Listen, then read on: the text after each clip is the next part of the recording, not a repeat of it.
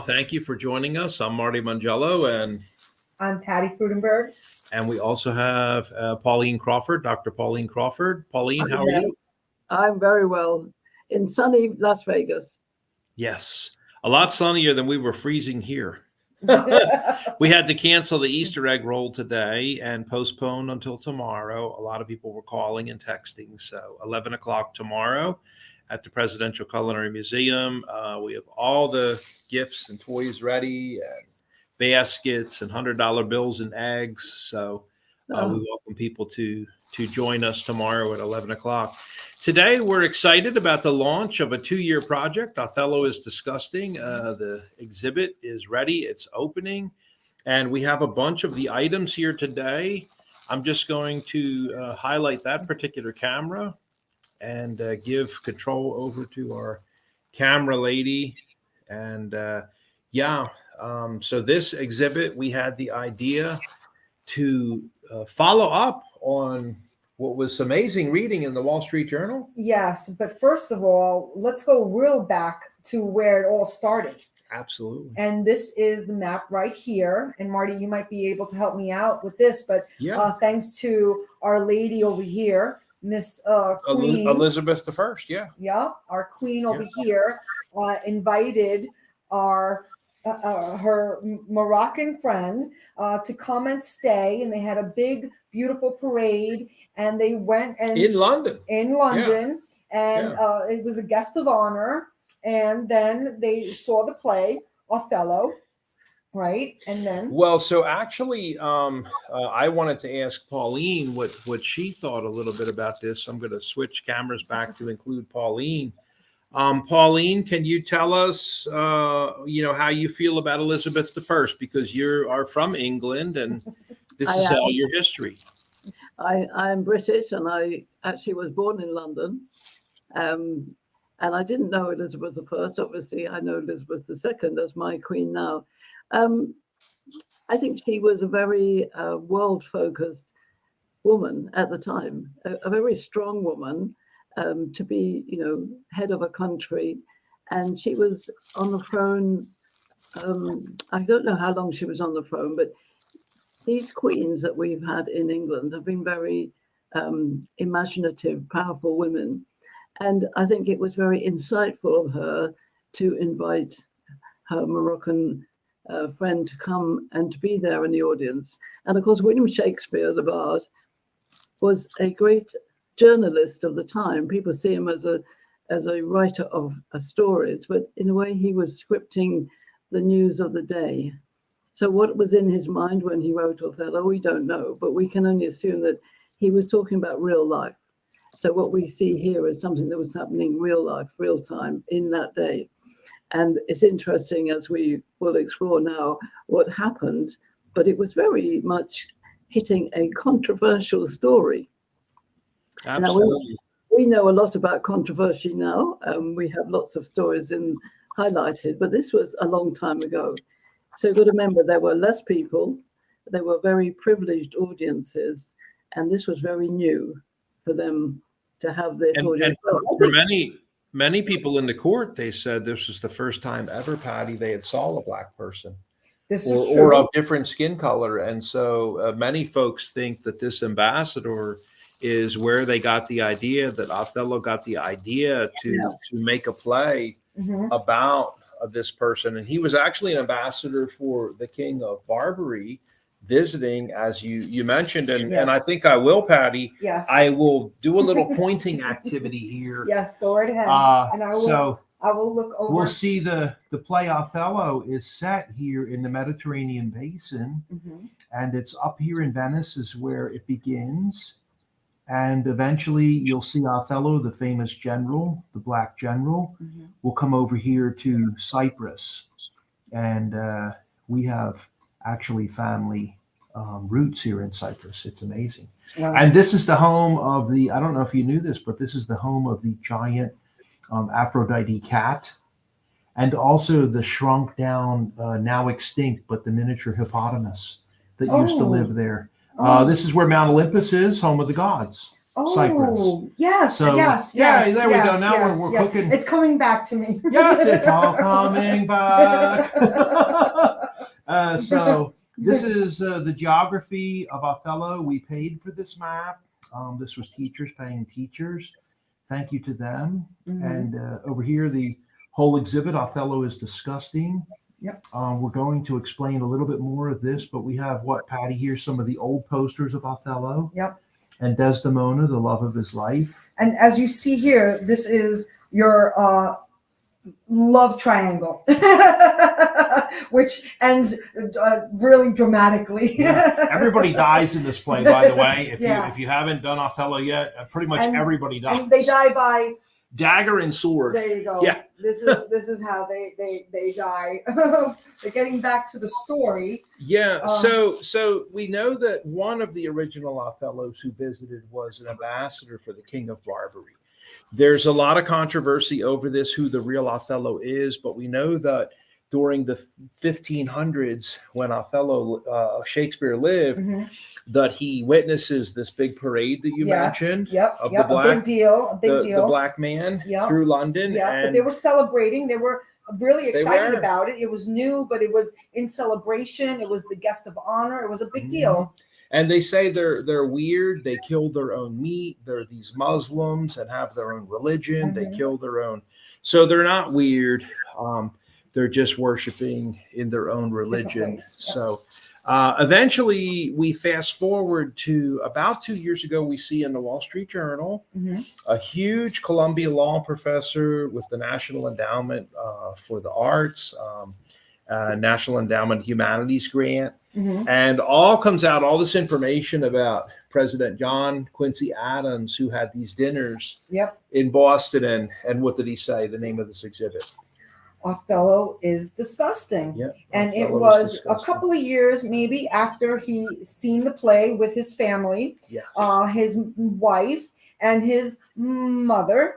And his mother did not like it. She just thought it was disgusting. And he just, seconded that emotion. And after he was a president, in one dinner, it came out. The truth came out. And that's where we invite you to watch our previous episodes. If you're interested in this, we talk all about Fanny Kemble, the famous British actress who was visiting Boston and writes a book about the president and all the nasty things he said about miscegenation and why skin colors should never mix. And it's unnatural. It's unnatural, he said. Patty picked up on that this I don't morning. understand what's unnatural about falling in love, but that's what he said. Yeah. And also, I found it interesting that all he was remembered for, the good stuff that he was remembered for, it contradicts. Like Amistad. Exactly. Yeah, the hero of Amistad. He helped the black people. Everyone watched that movie out there, right? Amistad. If not, it's on your bucket list. So how could he say these things? How could he say these things? Pauline, what do you think?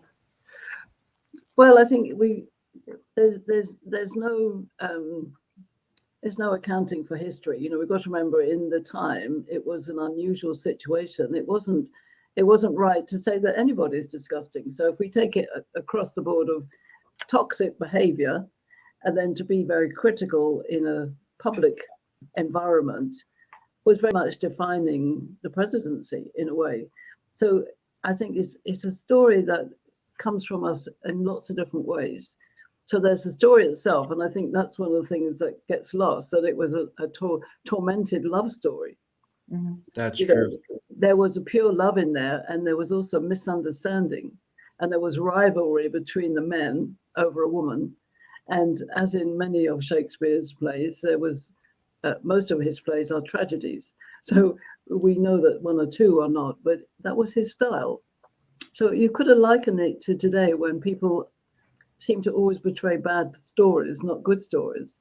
But it was in a time when people were just not used to these meetings of different cultures. And I think that's the thing that's fascinating. So going back to Queen Elizabeth, she was actually very advanced.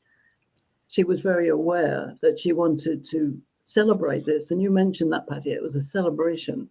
Now, the interpretation of Shakespeare's story, that's a personal viewpoint. and maybe the president was protecting his mother. There's all sorts of energies going in. But I think it's right to pick up on it and explore it now in the context of where we are. And that's, I think, is the relevance, that we can get very into a very argumentative place about these things, rather than loving humanity and saying this was about different cultures meeting for the first time. Mm-hmm. First time ever, yeah. Amazing. But you know what is really bothersome, besides the whole that whole statement Othello's disgusting? What's really bothersome is that when it came out to the press, he didn't take it back. He just didn't care. He actually continued that, and He published stories in the newspaper. Exactly. Yeah.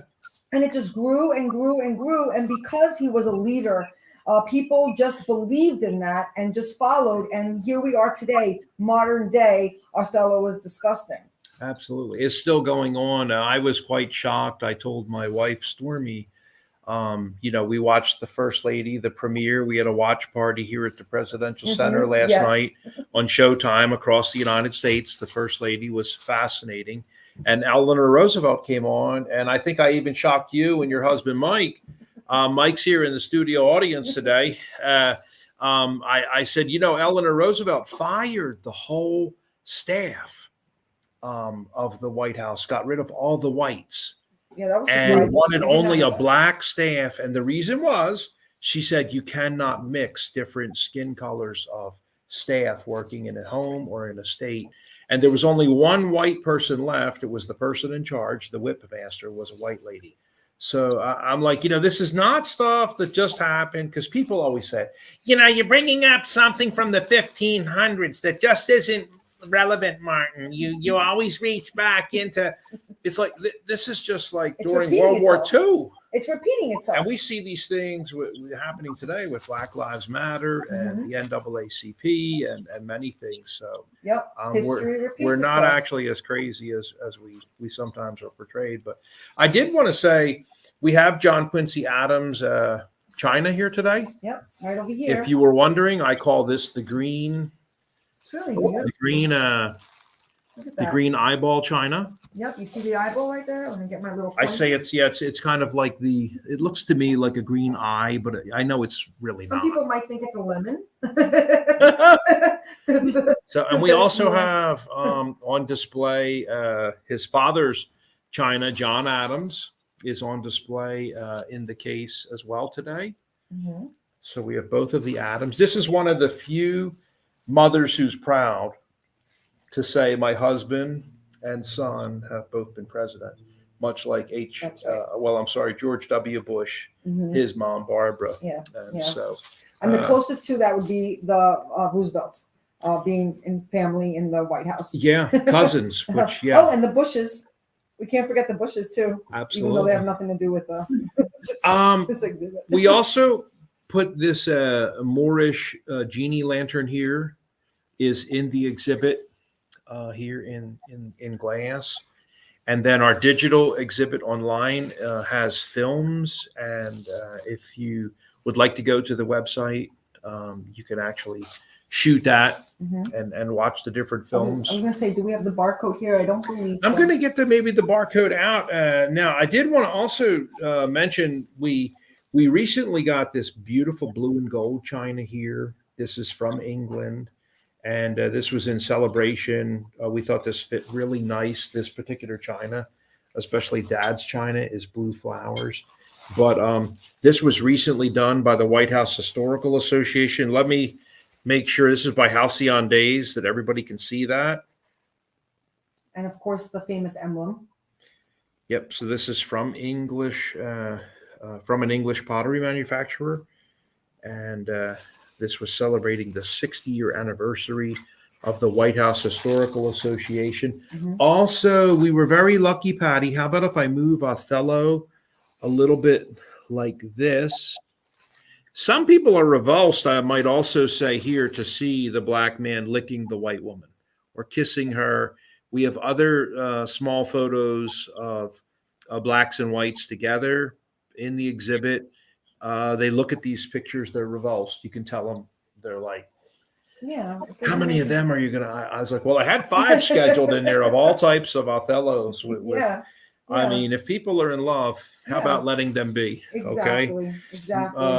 But then also, Yes. oh, I'm sorry, Pauline, did you have Well, something? I think that one of the key things that we need to remember is that, as I said before, it was a love story. And does love come as a priority with differences? We know that it's not just the black and white prejudice, there's a religious prejudice. There are lots of reasons that love gets stopped. And when people are really loved, or people force love, like forced marriages. So we've got a lot of issues coming in here about prejudice. And I believe that love is actually something that will encompass us all eventually. And that's the choice we have now in this world, is to love all differences, all diversities, because we're all human beings. I was watching a religious inspirational speaker who said, God doesn't see race. Everybody is human with a spirit, with a soul. So let's get beyond this. I think this is just a really good story to have that magical conversation about. Absolutely. And also, Pauline, I know you could hear me in the background, that we all have the same hearts, right? Absolutely. Our hearts all look the same. Well, That's that's right. And love is an energy. So when we see the two kissing, if you had that without any color, it's just two people kissing. That's right. Two people in love. And that the thing is that the story is actually about jealousy. Massive jealousy. Yeah, if you look at the story, it's about the jealousy between the two men, and the other man persuades Othello to kill the person he loves. It's a tragedy. It's It trauma. really is. And therefore the focus on, oh, well, that's disgusting, is a really sidebar. And the fact that he's still supporting that shows a prejudice. And now we have to discuss, is a prejudice a good thing or not? I believe it blocks us from growth and love and expansion. Absolutely. We also wanted to mention, Rainey, if you can get a close-up on this placard. Patty wanted to make sure this is available on the website. See that barcode? So folks out there, if you want to pause this and you scan that barcode, Oh, there we it go. will take you Can you get to it? the website. Yep, she's got it. Okay. Yep. All she has to do is if you're watching this out there, just pause your video and then shoot that with a camera, and it'll take you straight to the website. Mhm. Let me move Queen Elizabeth a little bit here, Elizabeth I, and bring up to the stage another goodie that we got here, some of the original wood from the White House before the Great Fire in 1814, and after, of course, the Adamses served in the White House. So Dad was there, the first resident in the White House's history, and we were super lucky to get this original White House wood after, in fact, Patty said James Hoban, the famous Irishman, came back to the White House to work again to repair and rebuild after the fire. Thank heavens we had granite walls, because everything inside was just collapsing. And this was a 1950 era. This is the time frame is 1950. This is when this wood was removed, and the cap and body are handcrafted from the White House witness wood, removed during the Truman Reconstruction in 1950. Yeah. So Yep. this is some of the really old wood Mhm. from the early 1900s, and we felt super lucky to be able to get this. Pen is made out of the witness wood and comes with a certificate. I think this was about $700 or $800, $850. And also the engraved White House is in the front. Yeah, we just thought Beautiful. that this was unbelievable, and they were searching around for a long time trying to find all of this White House wood. So we thought this kind of fit into the display as well. I'll move that back now a little bit and bring the Queen back out front. This also was not inexpensive. Queen Elizabeth I. And other things that we have on display here is a Grecian vase. We have a wonderful Venice model featuring the gondola and the canals. Of course, the other china from the Adamses is on display. And there's a camel in the bottom and a tagine. At the one of our curators was asking, what is a tagine? And I was saying a tagine is something that you cook like a stew in. We cook a stew in it. And I had to learn all about tagines when they announced President Clinton was going to host the King of Morocco, King Hassan II at Camp David. Yeah. I went crazy for weeks learning about tagines and turmeric and sumac and za'atar. And You I probably was impressed him. studying everything. And then at the last minute, they said, nope, he's not going to, he's just going to go to the White House. So it was like, okay, whatever. Oh. This is huge. This is historic. But we also were able to get several other things, a Venetian shoe and some other neat things in there, guys. The last item I would like to mention today is congratulations to Pauline, Dr. Joy Nicole Martinez, and to Patty Frudenberg. Part of this 2-year odyssey was actually being awarded the United States Presidential Service Center gold medal. This is the Distinguished Service Medal. So, Pauline, we are really proud of you and all of your work. Let me make sure Pauline is Thank you.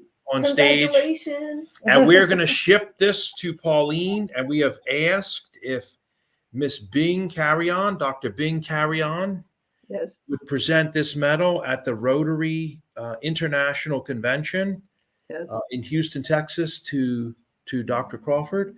But Patty, it's my pleasure to ask Ooh, okay. you to Okay. please receive this. Oh, sure. Let me stand up here. I'm really honored. Wow. Yeah.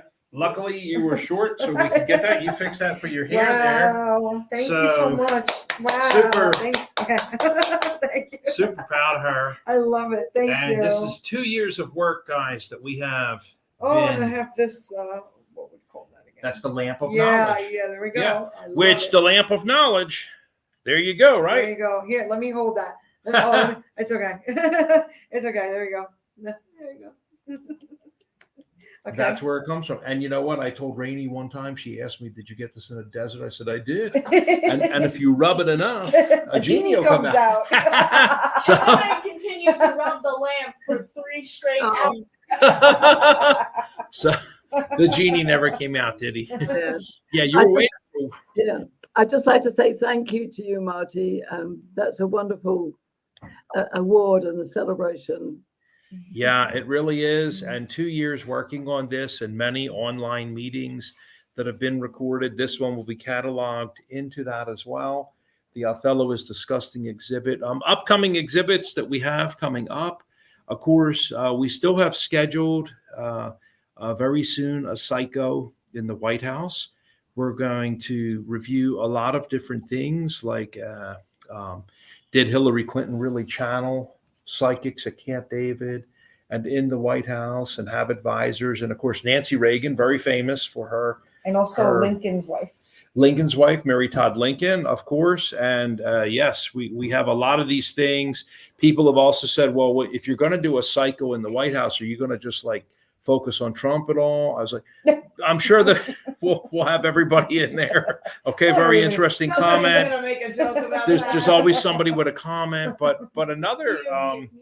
famous lady, Eleanor Roosevelt. I'm surprised if they haven't I featured know that that. yet, but she also has been Interesting. accused many times of some Interesting. different channeling and things and Witchcraft. advisors, and so yeah, Right. everything but witchcraft, right? Dang. I did want to mention something about if you do the barcode, that there was other things that were also talked about that we discussed, and you'll find more modern day Othello is Disgusting that really Yeah. will shock you, and you could actually help out on, because Yeah. we take more information. If you have something to share, we add it on, right? Well, there's a great video on there from the Shakespeare Repertory Theatre in London. Mhm. There's another excellent video on there from Oxford University, all about Mhm. these issues. I know a few folks have said, it's a very controversial issue. who thought up of this crackpot name. Othello is disgusting. It was like, I wish I could say it was that brilliant, but I didn't think of it. The president did. This is what the president said. We're just repeating history, okay? But it is empowering to see when Oxford comes online and is talking about the same things we're talking about, because then people tend to say. And so Columbia University. Columbia, oh my gosh. Columbia University also. In fact, that's what really sparked us to get going when Columbia University was sharing articles exactly on this. Othello was disgusting. But to be honest, even saying it feels wrong. You know? It is. It's weird. And it's that's weird to even say it, you know? That's a lot of what we were asking. What are we really showcasing when kids do this play at high school? Should we have somebody come on beforehand and make a few preemptive comments about, you know, who the real Othello was in the White Court and living in London for 6 months? And should we have that at the high school play when it's done nowadays? Because, you know, there's a lot more going on here than meets the eye. So yeah. Well, thank you guys so much. We're also working on ripping down statues in America is also coming up next summer. And we are actively working on our next LGBTQIA exhibit. It's going to include when Donald Rumsfeld laid down on top of the President Gerald Ford in the back of a car. And we will explain more of that later and what happened. But just to pique your interest, over the next 3 years, we have a number of very interesting exhibits coming up. We also are probably going to put a gay flag in Lincoln's exhibit because some people conspiracy that he's gay. Oh, gosh, some people conspiracy that he was gay. Okay, well, there are enough conspiracies to go around for everybody, I think. But we are going to explore a few more things, guys, and we never know what we're going to put in to showcase in glass, what it is we're going to use. And this took us, I think, about a year to figure out. And the one item from Dr. Joy Nicole, you remember when she said all about love and love is love, and we're supposed to have a heart in here. And I thought that we had a little heart, so we have to. I do remember that. To add that, and my gosh, even the Jackie exhibit has continued to grow with even more china. Just put in last week. So sometimes our exhibits grow. For Jackie launched in 2012. I mean, how long's that been? 10 years. We're still adding things to the exhibit. It's wonderful, though. I took some great pictures. It was a pleasure to come to the museum. And Truman, we just added from Mr. Todd Farrell donated those Mountain Dew cans from the day that the USS Harry Truman was commissioned, CVN 75, the aircraft carrier. Yep. So you never know. I mean, Todd kind of shocked us. He said, I want to make a donation to the Truman exhibit. Who'd have thunk? And also the Reagan telephone. Oh my gosh. Yeah, it's really bad when people are knocking at the front door this week saying, we're here from the White House. Please come down and open the door now. We have something for you. We were pretty shocked, weren't we, Rainey? Yeah, we were. I mean, I wasn't. You were. She's used to it. So we should have a whole show on that with the Reagan phone. Okay. Thank you guys for joining us today. We really appreciate all of your support and help. We will catch up to you. And again, happy Easter week.